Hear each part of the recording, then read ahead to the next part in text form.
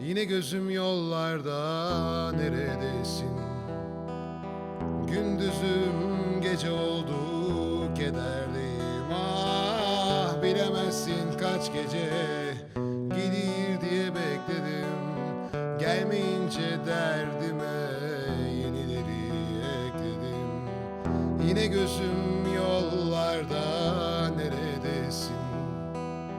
Gündüzüm gece oldu, kederdeyim. Ah, bilemezsin kaç gece gelir diye bekledim. Gelmeyince derdime yenileri ekledim.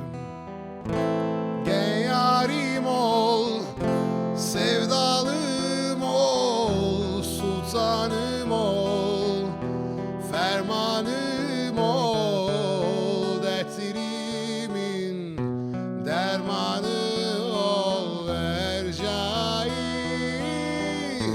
Gel yarim ol, sevdalım ol, sultanım ol, fermanım ol, dertlerimin dermanı ol Ercai.